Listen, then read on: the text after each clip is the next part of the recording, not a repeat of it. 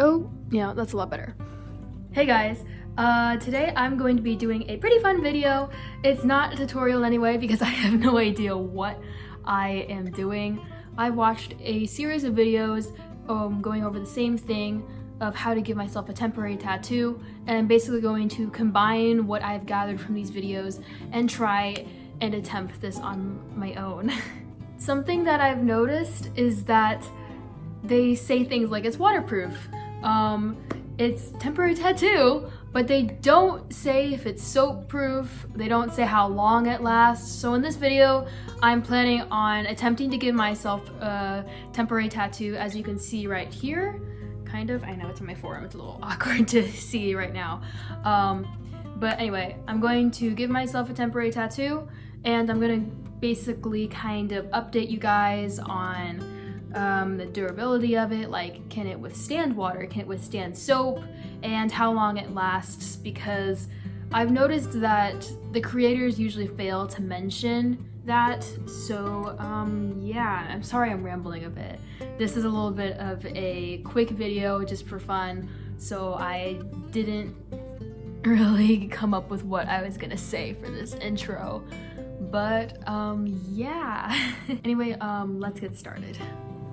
Oh, okay, something I forgot to mention is I did this like little finger tattoo, and I'm not sure if you can tell, but I only like washed my hands once or twice, and it's already like fading a decent bit. I know that's the case for a lot of finger tattoos, even real finger tattoos in general, because you are washing your hands and doing so much with that area in general. It's obvious that it's going to fade. And like this, I haven't really had the chance to like take a shower yet, so obviously it's still pretty prominent. But that's just a thing to keep in mind. If you want to try this, like if I end up succeeding in this video and you want to try this out for yourself, I advise against doing finger tattoos because it's just gonna fade super quick. So probably do a body part that you aren't gonna be washing for a while, so that can still stay prominent like this is. Hello guys, it's me on voiceover. Anyway, I'm just going to get started. The first thing I wanted to do was sketch out the tattoo that I wanted to have. If you know anything about me, I'm obsessed with flowers. I absolutely love them. I think I just love plants in general, but I figured the perfect tattoo for me would be some peonies, because it's a type of flower.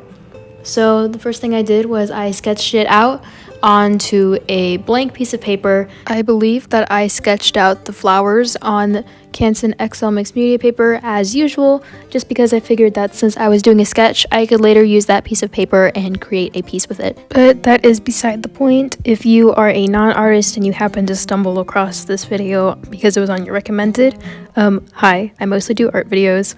But if you want to try this idea out, but you just cannot draw, you can skip to the next timestamp where I start to trace over my sketch with tracing paper. After I was done drawing out the flowers, I decided to go over my line work with my fine point pens, just because it would be easier to see through the tracing paper if the lines were darker. Now, after you are finished with your sketch, you are going to want to put some tracing paper over it and trace over your design. Since I was worried about the Sharpie bleeding through and leaking onto my drawing, I did it with pencil first, and then I used Sharpie and went over it again. So, as I'm sure you guys can tell, I was getting very tired of doing the same design over and over again, but it was absolutely necessary for the tattoo to look nice. If you're the kind of artist that doesn't need to sketch out and trace this beforehand, you can just simply freehand this on yourself, kudos to you. Just something to keep in mind is to put the rubbing alcohol on before you freehand. I did a few trial and errors where I did I did an infinity sign on my finger, because in the video the lady did a regular tattoo where she traced over it and used the rubbing alcohol to transfer the image onto her skin, but she did a freehand as well, but she did not put the rubbing alcohol on beforehand. So the first time I did not put any rubbing alcohol, I just did the process without the rubbing alcohol involved. After scrubbing it for a little bit, it easily came off, which makes sense. Even though it's a temporary tattoo, it's supposed to easily come off if you scrub it. So I did it a second time, the same infinity sign. but this time I just gently rubbed soap on it and it still came off very easily. The third time, I decided to put some rubbing alcohol on beforehand just to see if it was because it was on my finger or if it was because I did not put rubbing alcohol. And lo and behold, I put some soap on and gently washed my hands, and even though it did fade a little bit, it did not fade and dissolve nearly as quickly as it did the first 2 times. After you are done tracing your design on tracing paper, you are going to cut out the design just so that it's smaller and can fit easier onto whatever body part you are going to tattoo. The next thing you're going to do is take some rubbing alcohol and you're going to basically apply it to wherever you want to put your tattoo. Make sure that you're covering the entire area where your ink would be, because if you don't, then the design's not going to transfer. After thoroughly covering my arm with rubbing alcohol, I placed the tracing paper and pressed it onto my skin for about 30 seconds.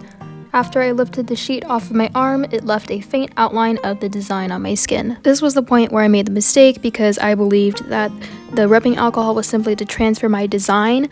Even if you are freehanding your drawing, you still want to apply rubbing alcohol beforehand so that your tattoo will last longer.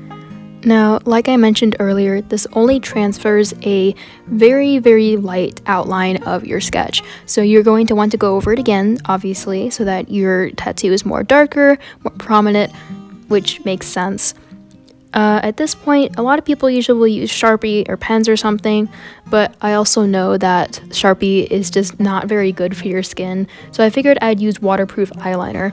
And when I watched this video, the lady did the same thing. She used waterproof eyeliner, and I thought to myself, well, duh, obviously the tattoo is going to be waterproof. It's waterproof eyeliner. But once again, I tested this theory with my finger tattoo as well, and even though it technically was waterproof eyeliner, it still came off very easily, so yeah. Afterwards, you're going to seal this by adding some baby powder on top of your drawing. Now, I don't have baby powder around my house anywhere, so I used baking soda as an alternative, but it seemed to work fine because I'm on day 2 of having this tattoo and it still looks pretty well, so I mean, I think it's fine.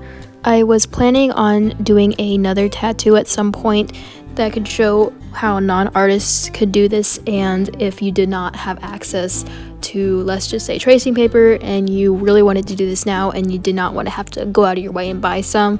But I'm just realizing how long this video is, and obviously this isn't a tutorial anyway, it's just a fun video, so I'll just leave a link to the videos I used. After piling on the baking soda, I went over the line work again, just so that it was darker, and I continued this process a couple of times so that it would give it a chance to last longer. After you were done with the baking soda process, you were going to finally seal it with hairspray. Make sure that when you're sealing this with hairspray, you kind of keep it at a distance. You don't want to have the spray too close, otherwise it might smear the drawing, if that makes any sense. But anyway, I realize that this video is getting a little long, so I will try to conclude it. I will keep a pinned comment and just constantly edit it just so you guys can have updates on how it's doing, how long it may last, so in case you want to try this out. I'm sorry if this video is a little chaotic. It really was just meant to be a fun video, just something for me to do, so I hope you guys enjoyed it. So, understandably, since it is a little chaotic, I understand if you are a little confused with the process, so I will leave links to both of the videos that I used to film this video. And yeah, anyway guys, thank you so much for watching, and I'll see you guys next video.